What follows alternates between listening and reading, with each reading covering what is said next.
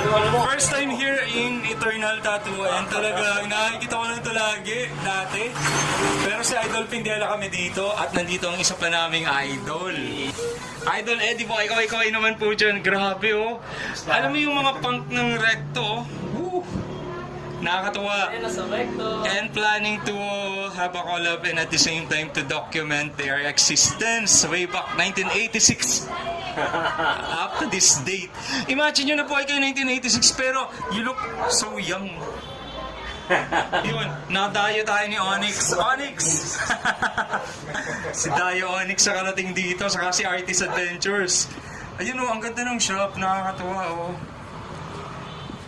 I know about a story of you a little bit dati, pero ngayon parang it is coming to reality na totoo nag-exist to.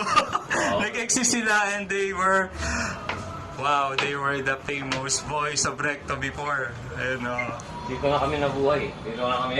nakakatuwa.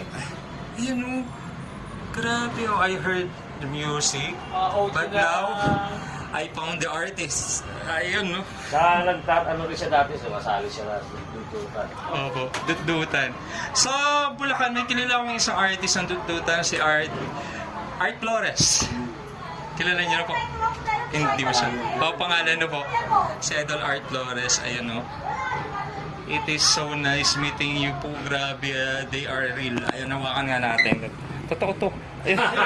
Totoo yan, no? Oh! Ayun lang, kukulit din siya. Mga action figure, mga Ayun, no? bordes pa. Ang ganda na dito ay ambush raid dito sa ating tattoo shop ni Idol. Ganda oh. Sana all. Yaman to, treasure yan, yung mga ganyan. No? Ganda ng gitara. Yan, punta lang kayo dito lang ito sa Along Recto Avenue. Tabi ng Sogo. Tabi ng Sogo. Ayun, after Sogo, punta sa tattoo shop.